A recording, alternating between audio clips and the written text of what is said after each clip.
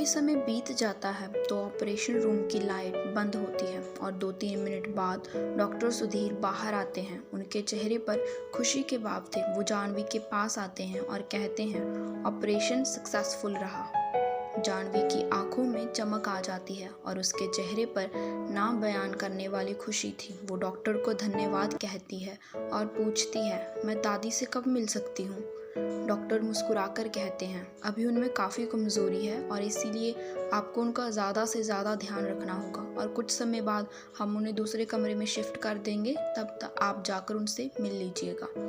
जाह्नवी मुस्कुरा देती है और डॉक्टर सुधीर आगे कहते हैं, जाह्नवी, हमने उनकी कुछ दवाइयाँ वगैरह बदलने का तय किया है, तो आप मेरे साथ अभी चलो ताकि मैं आपको सब बता दूँ। जाह्नवी हाँ में सिर हिलाती है और उनके साथ चल देती है और जतिन को वहीं रहने का कह देती है। जतिन वहीं बैठ जाता है। आज वो बहुत खुश था। आखिर उनकी दादी अब ठीक जो थी। वहीं निर्मला वहाँ से चली जाती है और राजेश भी उसके पीछे पीछे चला जाता है। वहीं दूसरी तरफ साहित्य ऑफिस पहुँच चुका था और वो अपने कैबिन में जाते ही अमन को वहाँ बुलाता है। कुछ देर बाद अमन उसके कैबिन का दरवाज़ा नॉक करता है और अंदर चला जाता है और वहाँ जाते ही वो साहित्य से कहता है, यस सर, आपने मुझे बुलाया? साहित्य उसकी तरफ एक नज़र देखता है और उसकी ओर कुछ पेपर्स फेंक देता है और जब अमन उन पेपर्स को उठाकर देखता है तो उसकी आंखें हैरानी से बड़ी हो जाती हैं और वो कहता है, सर ये क्या है? आप मुझे निकाल रहे हो? साहित्य बिना किसी भाव के उसकी तरफ देखता है और कहता है, ये भी क्या मुझे बताने की ज़रूरत है कि तुम्हें क्यों निकाला जा रहा है? अमन को कुछ समझ नहीं आता और वो बेचारा समूह बनाकर साहित्य की ओर देखते हुए कहता है, सर, अगर मुझसे कोई गलती हो गई है तो आप मेरी सैलरी काट लो, पर मुझे यहाँ से निकालो मत, प्लीज़ सर, प्लीज़। साहित्य अपनी बाहें चढ़ाकर उसे देखता है और कहता है, गलती जानबूझकर नहीं की जाती मिस्टर अमन, और अगर तुम्हें याद नहीं आ रहा तो मैं बता देता हूँ कि मिस जाह्नवी मल्होत्रा तो तुम्हें याद ही होगी। जाह्नवी का नाम सुनते ही अमन की आंखें फैल जाती हैं और वो हकलाते हुए कहता है, कौन जाह्नवी मल्होत्रा सर? साहित्य को यकीन नहीं हो रहा था कि उसके सामने खड़ा ये लड़का अभी भी झूठ बोलने की हिम्मत कर रहा है, जबकि सबसे ज़्यादा तो उसे ही पता होगा कि जाह्नवी कौन है। और साहित्य अमन को गुस्से भरा लुक देता है, जिसे देख अमन समझ जाता है कि उसका और जाह्नवी का झूठ पकड़ा जा चुका है और वो बिना आगे कुछ भी कहे उन पेपर्स पर साइन कर देता है और उन्हें वहाँ से चला जाता है, क्योंकि उसे पता था कि साहित्य उसे माफ़ नहीं करने वाला और एक ना एक दिन तो ये होना ही था। उसके जाते ही साहित्य कुर्सी पर अपनी आंखें बंद कर पीछे की ओर सिर टिका लेता है। वहीं अमन ओबरॉय कंपनी से बाहर आता है और जाने से पहले एक बार पीछे की ओर देखकर कहता है, यहाँ से तो मुझे निकाल दिया और अब मुझे कहीं और जॉब भी नहीं मिलेगी। आखिर ओबरॉय कंपनी से जो निकाला गया हूँ, अब क्या करूँ सुहानी। वहीं दादी को दूसरे कमरे में शिफ्ट कर दिया गया था और उन्हें होश भी आ चुका था और इसलिए जाह्नवी और जतिन दादी के पास ही बैठे थे और जाह्नवी कब से कुछ ना कुछ बोले ही जा रही थी और जतिन और दादी उसकी बातें सुन रहे थे। अपनी दादी को ठीक देख जाह्नवी के दिमाग से सुबह वाली सारी बात निकल चुकी थी। उधर साहित्य अपने कैबिन में वैसे का वैसे ही बैठा था। तभी कोई आकर उसके कंधे पर हाथ रख उसे जगाता है तो साहित्य झट से उठकर कहता है, हाँ जेहान बोलो। उसके मुंह से जेहान का नाम सुन पास में खड़ा अंश कहता है, भाई ये मैं हूँ, आपका वो जेहान नहीं। और आपको क्या हो गया है? दिन में भी जेहान के सपने लिए जा रहे हो? अंश के अचानक उसे जगाने के कारण साहित्य को ध्यान ही नहीं रहता कि वहाँ पर अंश है, ना कि जेहान, और वो अपनी सोच में इतना खोया हुआ था कि उसके मुंह से जेहान ही निकल गया। साहित्य अंश की ओर देखता है और कहता है, तुम यहाँ क्या कर रहे हो? अंश उसको घूर कर देखता है और बोलता है, वो सब छोड़ो, पहले ये बताओ कि आपने मुझे जेहान क्यों कहा और आपका वो असिस्टेंट है कहाँ पर? बाहर भी कहीं नहीं दिख रहा, कहाँ है वो? साहित्य को फिर से वही सब याद आ जाता है कि जेहान जानवी है और वो थोड़ा गुस्से वाली आवाज़ में अंश से कहता है वो यहाँ पर नहीं है और आज के बाद कभी आएगा भी नहीं। अंश उसकी बात सुन हैरानी से उसकी तरफ देखता है और कहता है क्या मतलब नहीं आएगा? कहीं आपने उसे भी तो नहीं निकाल दिया? साहित्य कुछ नहीं कहता क्योंकि वो अंश को कुछ नहीं बताना चाहता था, पर अंश उससे बार बार पूछता है कि उसने क्यों जेहान को निकाल दिया। तो साहित्य तेज आवाज में उससे कहता है अरे नहीं आने वाला वो कभी, और जाओ यहाँ से। साहित्य को इतना गुस्से में देख अंश को पहली बार उससे डर लगा था और वो बिना कुछ कहे वहां से बाहर चला जाता है और बाहर जाते ही खुद से कहता है ये इन्हें क्या हो गया? जेहान का नाम सुनते ही इतना क्यों भड़क गए? कहीं इनका ब्रेकअप तो नहीं हो गया? अगर ऐसा है तो मुझे ही कुछ करना होगा और कहीं ये मेरा भाई गुस्से में कुछ गलत ना कर दे। ये कहकर अंश वहाँ से स्टोर रूम में जाता है जहाँ पर वहाँ काम करने वाले सारे एम्प्लॉयज़ के डॉक्यूमेंट रहते थे और वो वहाँ जाकर उनमें कुछ डॉक्यूमेंट्स ढूंढने लग जाता है और हेल्पर भी उसकी मदद करने लग जाता है। वहीं दूसरी तरफ जानवी और जतिन दादी के कमरे के बाहर बैठे थे क्योंकि दादी को आराम की ज़रूरत थी, तो उन्होंने उन्हें एक नर्स के साथ छोड़ा हुआ था। तभी जतिन जानवी की ओर मुंह करता है और कहता है जानू तुझे भूख तो नहीं लग रही ना? जानवी उसकी तरफ देखती है और कहती है बिल्कुल भी नहीं। जतिन बेचारा सा मुंह बनाकर हाँ में गर्दन हिला देता है और उसका ये चेहरा देख जानवी समझ जाती है कि जतिन को खुद भूख लग रही है, पर जानवी को यहाँ अकेला ना छोड़ना पड़े इसलिए वो जहीं पर बैठा है तो वो अपने पेट पर हाथ रख के कहती है वैसे अब ना मुझे भी थोड़ी थोड़ी भूख लगने लगी है, क्यों ना हम यहीं पास में जाकर कुछ खा कर आएं? जतिन झट से हाँ में सिर हिलाता है और जानवी का हाथ पकड़कर वहाँ से पास के एक होटल में लेकर जाता है।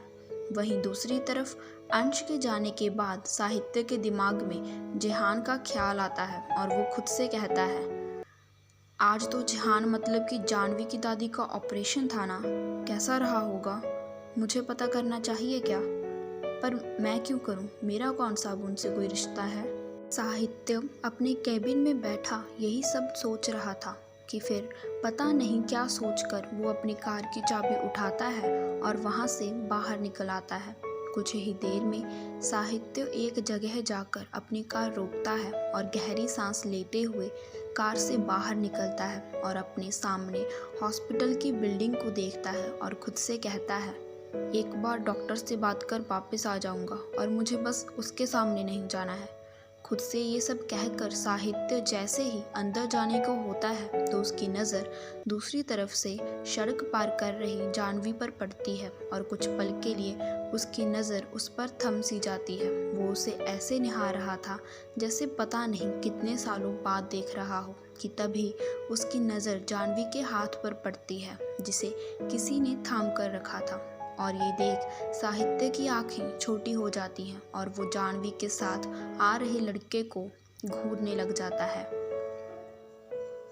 वहीं इस बात से बेखबर जानवी जतिन के साथ हॉस्पिटल के अंदर चली जाती है और उसके जाते ही साहित्य खुद से कहता है ओह तो अब मिस जानवी किसी और के साथ हैं।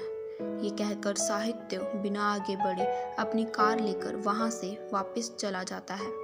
वहीं दूसरी तरफ अंश ना जाने कब से बैठा कुछ पेपर्स ढूंढ रहा था और जब उसे कुछ नहीं मिलता तो वो थक कर खुद से कहता है यहाँ पर तो कुछ नहीं है। अगर जेहान भाई का पर्सनल असिस्टेंट था तो उसके डॉक्यूमेंट भी तो यही होने चाहिए ना, पर यहाँ पर तो ऐसा कुछ भी नहीं है जिससे मुझे पता चल जाए कि वो जेहान रहता कहाँ है।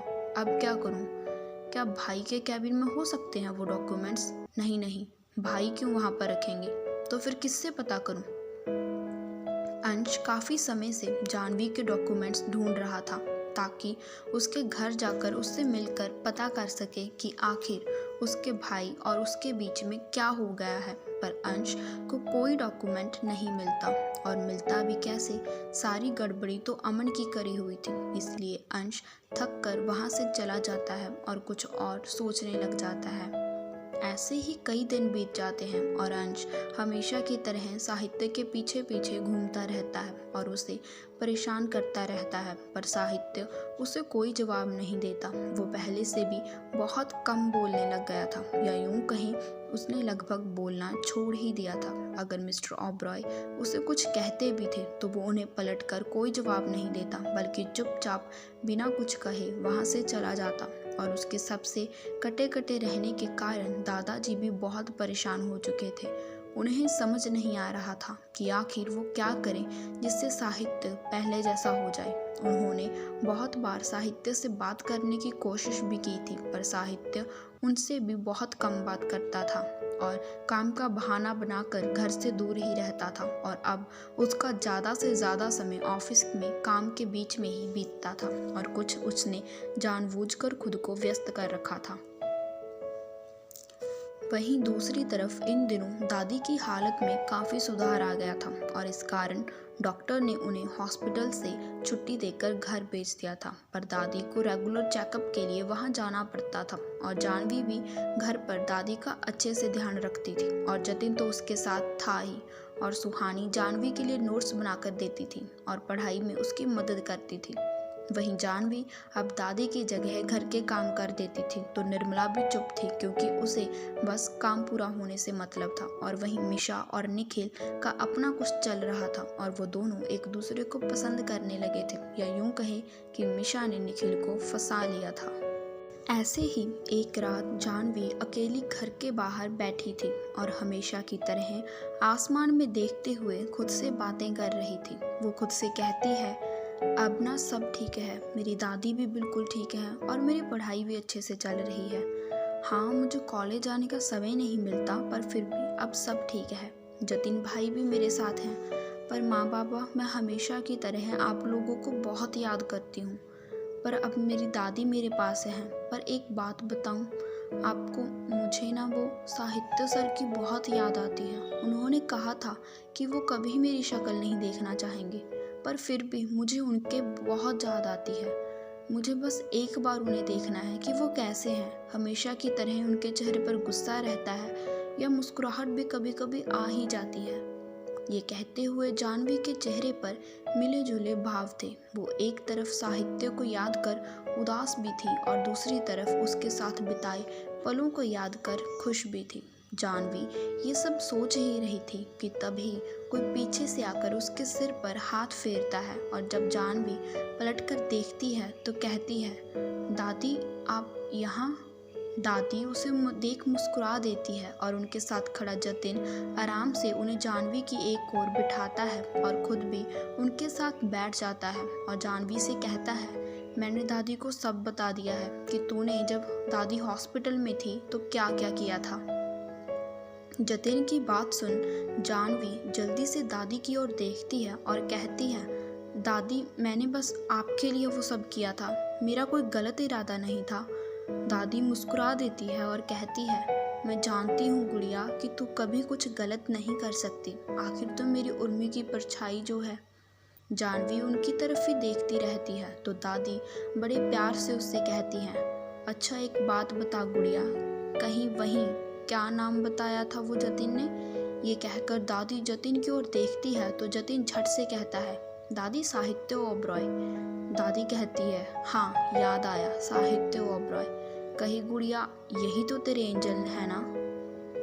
जानवी एक नज़र जतिन को देखती है और फिर दादी की ओर देखते हुए हाँ में सिर हिला देती है और अपनी पलकें झुका लेती है और वहीं दादी और जतिन मुस्कुरा देते हैं और दादी कहती है, अच्छा गुड़िया एक और बात बता कि तू उन्हें पसंद करती है। जानवी की आंखें साहित्य को याद कर नम हो जाती हैं और वो धीमे से हाँ में सिर हिला देती है तो दादी कहती है, बेटा अगर तू उन्हें पसंद करती है तो उन्हें बता क्यों नहीं देती। ऐसी बातें कभी दिल में नहीं रखनी चाहिए, इससे हम कभी खुश नहीं रह पाते। जानवी की आंखों से एक आंसू लुढ़क कर उसके गाल पर आ जाता है और वो कहती है, दादी उन्होंने कहा है कि वो जिंदगी में मेरी शक्ल नहीं देखेंगे। ये कहते हुए जानवी रो देती है तो जतिन आगे बढ़कर उसे गले से लगा लेता है और उसे चुप करवाता है। और जब जानवी उससे अलग होती है तो दादी उसका सिर अपनी गोद में रख लेती है और उसे सहलाते हुए कहती है, बेटा मैं जानती हूँ कि उन्होंने ऐसा इसीलिए कहा होगा क्योंकि वो तुझसे नाराज हैं। आखिर उन्हें धोखा मिला है। जिस इंसान को वो लड़का समझ रहे थे वो तो असल में लड़का था ही नहीं। और मुझे यकीन है जितना तू उनसे प्यार करती है उतना ही वो तुझसे भी करते होंगे। जानवी सीधी बैठ जाती है और कहती है, आपको कैसे पता? दादी मुस्कुराते हुए कहती है, क्योंकि हम नाराज भी उन्हीं से होते हैं जिनसे हम सबसे ज़्यादा प्यार करते हैं। दादी की बात सुन जानवी सोच में पड़ जाती है कि क्या सच में साहित्य भी उससे प्यार करता है। जानवी अपनी सोच से जतिन की आवाज़ सुन बाहर निकलती है, जो कह रहा था कि जानू अब देर मत कर, अपने प्यार को पाने की कोशिश को शुरू कर दे। आखिर एक कोशिश करने से क्या जाता है, और वैसे भी मुझे यकीन है कि वो तुझे रिजेक्ट ही करने वाले हैं। जानवी जतिन को घूर कर देखती है और कहती है, क्या मतलब? जतिन हंसने लग जाता है और कहता है, आखिर एक कद्दू की शक्ल की लड़की से कौन ही प्यार करेगा। जानवी अपनी जगह से खड़ी होती है और जतिन को मारने के लिए उसकी ओर जाती है, पर जतिन वहां से भाग जाता है और जानवी भी उसके पीछे पीछे भागने लग जाती है और बार बार कहती है, आज तो आपको नहीं छोड़ने वाली मैं। तभी जतिन चिल्लाकर कहता है, ऐसा कभी नहीं होगा, समझी? ऐसा करते हुए वो पूरे घर के बाहर का एक चक्कर लगा देते हैं और दादी उन्हें देख मुस्कुरा रही थी, क्योंकि आज उनकी जानवी सच में खुश थी। अगली सुबह, आज की सुबह सूरज अपनी नई रोशनी के साथ आया था और एक नई उम्मीद के साथ ही वहीं दादी की नींद खुल जाती है और वो धीरे से उठकर बैठ जाती हैं। तभी उनकी नज़र अपने सामने की ओर जाती है तो वो हैरान रह जाती है।